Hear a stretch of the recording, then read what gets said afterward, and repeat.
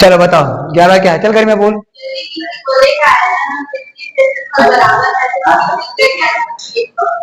आयतन और पृष्ठीय क्षेत्रफल बराबर है तो उसकी त्रिज्या है, माना त्रिज्या आर है, गोले की लिखना, माना गोले की त्रिज्या आर है, गोले की त्रिज्या आर है जिसको हमको ज्ञात करना है, ठीक है। पृष्ठीय क्षेत्रफल, चूंकि पृष्ठीय क्षेत्रफल बराबर है किसका, आयतन का, पृष्ठीय क्षेत्रफल बराबर है आयतन का, तो पृष्ठीय क्षेत्रफल का सूत्र बताओ, 4 पाई आर का वर्ग, आयतन का सूत्र बताओ 4/3 पाई आर क्यूब, ठीक। अब ध्यान देना, ये 4 से वाला 4 कट गया, ये पाई से वाला पाई कट गया, आर का वर्ग आ जाएगा नीचे, 3 चला जाएगा ऊपर, ठीक है।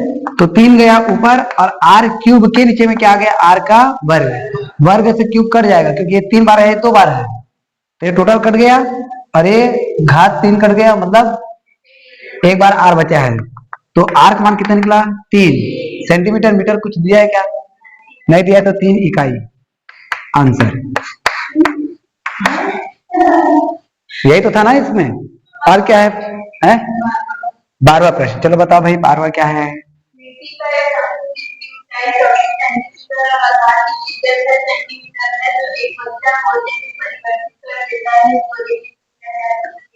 क्या समझ रहे हैं, शंकु से क्या बना दिया गया है, गोला, शंकु से क्या बना दिया गया है, गोला। तो शंकु की त्रिज्या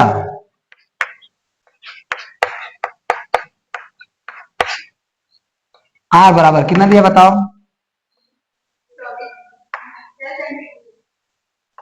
6 सेंटीमीटर। ऊंचाई, शंकु की ऊंचाई कितना दिया है,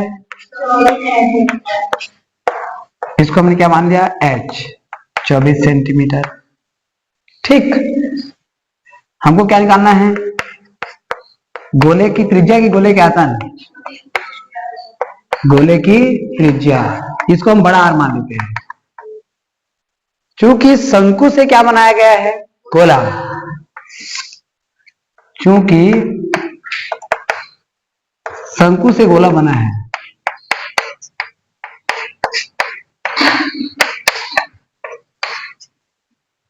इसलिए शंकु का आयतन, शंकु का आयतन बराबर गोले का आयतन।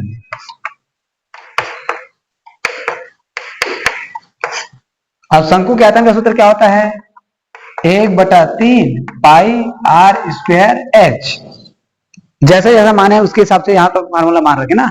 गोले के आयतन का सूत्र 4/3 पाई बड़ा आर क्यूब, क्योंकि इसके लिए हमने क्या माना है, बड़ा, बटा से 3 पाई और पाई कट गया, क्या क्या मिला है, आर का वर्ग, आर का मान क्या मिला हुआ है 6 का वर्ग गुना एच, एच का मान कितना मिला है 24, 4 ऊपर से कहा जाएगा नीचे, बराबर में आर का क्यूब, 4 एकम 4, 4 छक्की 24, 6 का वर्ग गुना 6 घात 3 बराबर में आर घात 3, घात 3 से घात 3 कट गया, आर का मान कितना निकल गया 6 सेंटीमीटर।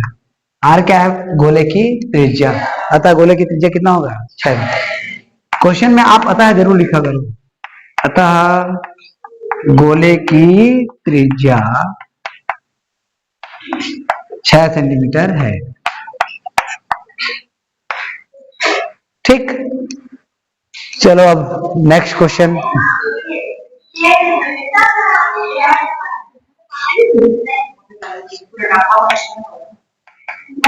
बहुत ही इंपॉर्टेंट प्रश्न नंबर 13, 6 सेंटीमीटर, 8 सेंटीमीटर और 10 सेंटीमीटर त्रिज्या वाले 3 गोलियों को पिघलाकर एक बड़ा गोला बनाया जाता है, बड़े गोले की त्रिज्या ज्ञात कीजिए, जिसका उत्तर 12 सेंटीमीटर आता है, ठीक है। एक गोला है जिसकी त्रिज्या 6 है, फिर दूसरे का त्रिज्या 8, फिर उसके बाद उन सबको मिलाकर एक बड़ा गोला बनाया है और बड़े गोले की त्रिज्या ज्ञात करना है। तो 3 गोले हैं, तो तीनों गोले के लिए त्रिज्या R1, R2, R3, ठीक, तो पहले गोले की त्रिज्या, पहले गोले की त्रिज्या R1 बराबर में 6, नहीं बड़ा ले रहा हूं जानबूझ के। दूसरे गोले की त्रिज्या R2 बराबर 8 सेंटीमीटर। तीसरे गोले की त्रिज्या R3 बराबर 10 सेंटीमीटर। नए गोले की त्रिज्या, नए गोले बोले कि बड़े गोले बोले, क्या बोले?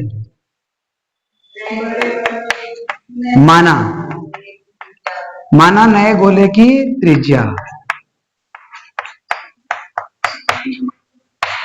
इसको हमने केवल माना R और इसी R का मान हम क्या करना है, ज्ञात करना है।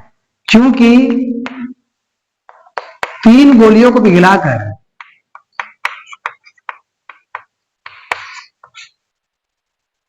एक उदाहरण है, उसमें 64 गोलियों को पिघलाकर, उदाहरण नंबर 10 आई थी, उदाहरण नंबर 10 है जिसमें 64 गोलियों को पिघलाकर नया गोला बनाया गया है और नए गोले का आयतन ज्ञात करो, नए गोले की त्रिज्या ज्ञात करो बोला गया है। इसमें कितना गोलियां है? 3, तीनों की त्रिज्या अलग अलग है, उसमें से 64 गोली है, तो 64 गोली को पिघलाकर बड़े गोले बनाए ने या नए गोले बनाए?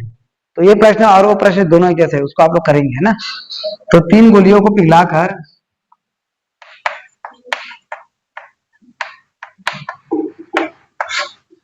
नए गोले बनाए हैं,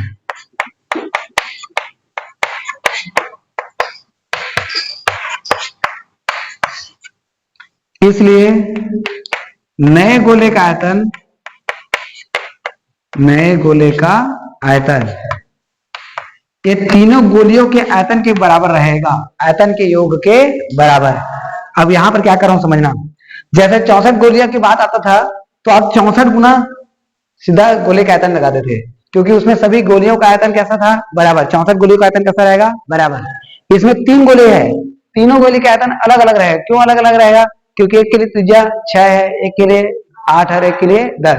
तो इसमें 3 गोली का आयतन ऐसा ना करके पहले गोले का आयतन धन, दूसरे गोले का आयतन धन, तीसरे गोले का आयतन, ऐसा लिखेंगे आप, ठीक है। तो नए गोले जो बना है उसमें क्या लिखेंगे, पहले गोले का आयतन, पहले गोले का आयतन धन दूसरे गोले का आयतन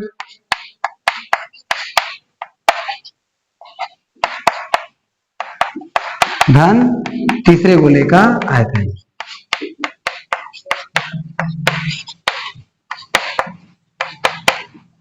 अब नए गोले के लिए आयतन का सूत्र सेम टू सेम, ज्यादा कुछ नहीं रहेगा, 4/3 पाई आर क्यूब। जैसे आर माने वैसे बस मान रखना है। पहले गोले के लिए त्रिज्या क्या है, R1, तो R1 के अकॉर्डिंग रखेंगे मान, कैसे होगा, 4/3 पाई R1 क्यूब प्लस, इसके लिए जब करेंगे तो 4/3 पाई R2 क्यूब प्लस, अगले के लिए 4/3 पाई R3 क्यूब।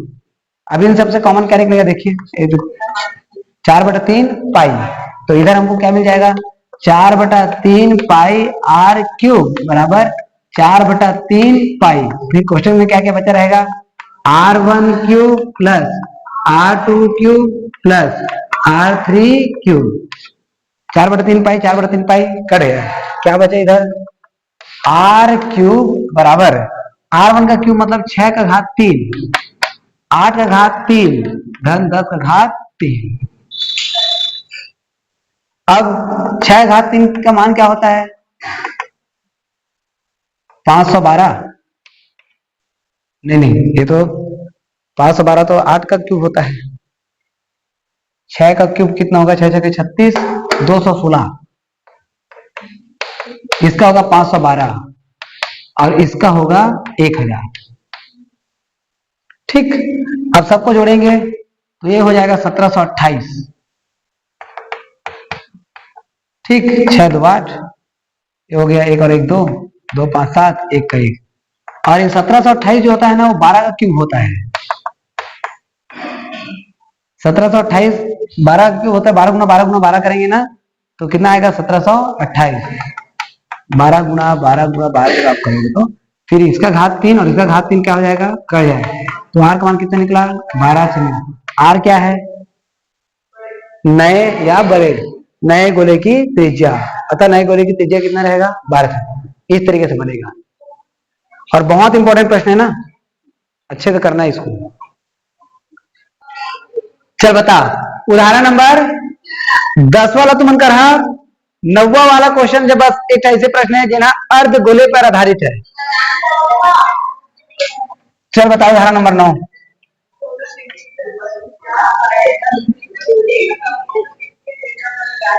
संपूर्ण पृष्ठ का क्षेत्रफल ना, अरे अर्धगोले का व्यास, अर्धगोले का व्यास कितना सेंटीमीटर है, 14 सेंटीमीटर। तो अर्धगोले की त्रिज्या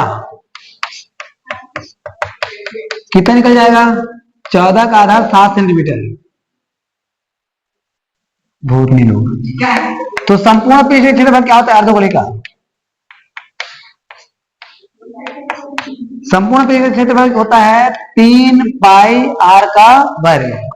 3 गुना पाई का मान 22/7, आर का मान कितना दिया हुआ है 7, 7 का वर्ग। 3 गुना 22/7 गुना 7 गुना 7 से 7, 66 गुना 7, 7 6 42 का 2, 7 6 42 45 वर्ग सेंटीमीटर। अर्धगोले के संपूर्ण पृष्ठ का सूत्र ये हो गया, ऐसा क्या, हाँ 4 3 जोड़ दिया था ना। क्या करें, जोड़ने में थोड़ा सा तकलीफ होता है। उदाहरण नंबर 10 सुनो, उदाहरण नंबर 10 को आप लोग करोगे, जो बताया था ना 3 गोले के आयतन वाला, वहां पर अलग अलग निकाला गया है। सुनो, 64 गोले का आयतन निकाला गया है, फिर नए गोले के आयतन, और उसको दोनों को आपस में बराबर किया गया है। आप उदाहरण के अकॉर्डिंग मत बनाना उसको, सीधा आप लिखना नए गोले का आयतन बराबर में शंकु का आयतन, मतलब एन गुना शंकु का आयतन, और एन का मान कितना रहेगा 64। क्या बोला, बात समझ में आया। वहां पर उसको अलग अलग करने के बाद बराबर किया है, आप अलग अलग नहीं करना, डायरेक्टली एक साथ जो हम लोग बनाते हैं ना उसके अकॉर्डिंग चलना। करोगे। उदाहरण नंबर 11 में क्या किया गया, देखो एक गोला है, उसकी त्रिज्या दिया है और उसका फिर घनत्व दिया है 8 ग्राम। अब उसके बाद हमको निकालना उसका द्रव्यमान। तो द्रव्यमान का सूत्र आप विज्ञान में पढ़े होंगे, द्रव्यमान का सूत्र होता है आयतन गुणा घनत्व। तो जो आयतन आप निकाले रहोगे उसको केवल घनत्व से क्या करना है, गुणा।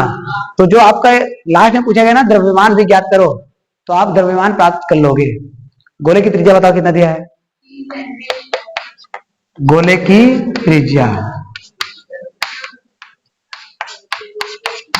3 सेंटीमीटर और उसका घनत्व 8 ग्राम प्रति घन सेंटीमीटर, ये ऐसा रहेगा। और हमको क्या निकालना है, द्रव्यमान। अच्छा अच्छा अच्छा अच्छा, द्रव्यमान हमको क्या करना है, ज्ञात है। चलो भाई, पहले घनत्व का सूत्र क्या होता है बोले हम, आयतन गुणा घनत्व बोलता है यार। द्रव्यमान का सूत्र क्या होता है, आयतन गुणा घनत्व। मतलब घनत्व तो दिया है, बचे क्या हमारे पास, आयतन। तो पहले हम आयतन निकालेंगे, गोले का आयतन।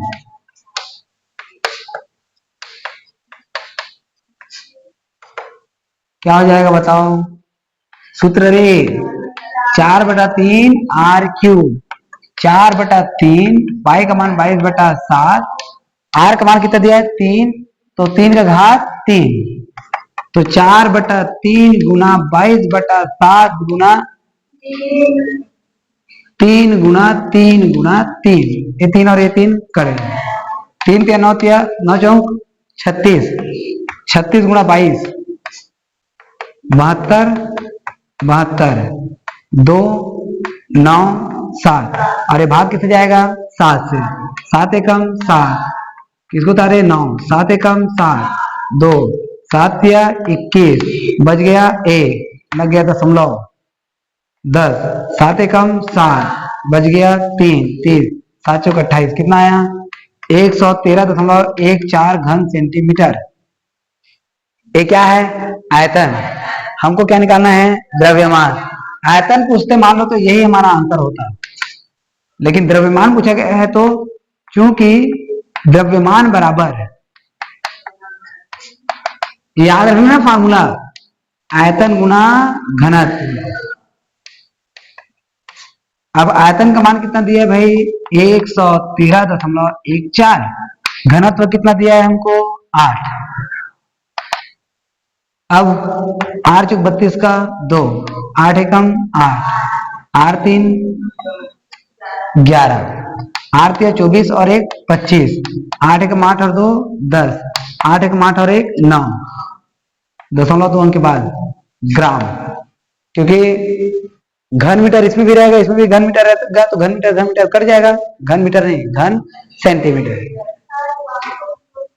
अच्छा तो ये भी, ये ग्राम नहीं होगा, ये भी किलोग्राम होगा।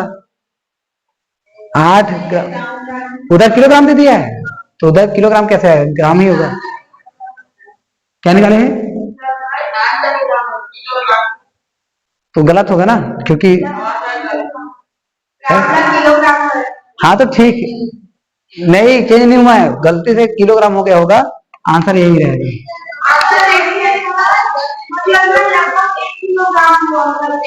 अच्छा लगभग 1 kg, तब तो लगभग क्यों आ रहा है? ये तो 905 ग्राम आ रहा है, तो कैसे 1 kg हो जाएगा? अच्छा 1000 से भाग दिया गया है ना, तब किलोग्राम होगा। ये 1000 से भाग दिया गया होगा तब वो किलोग्राम लिखे होंगे। चलो ठीक, ये भी आंसर है, यही करना आप। ठीक है, अब अगला प्रश्नावली में जितना क्वेश्चन आएगा, सुन लो पहले छपाई मास्टर लोग, अगला प्रश्नावली जितना क्वेश्चन आएगा पूरे के पूरे, पहला प्रश्नावली, दूसरे प्रश्नावली, तीसरे प्रश्नावली और चौथे प्रश्नावली का फॉर्मूला यूज होगा, तो कंप्लीट कर लेना उसको।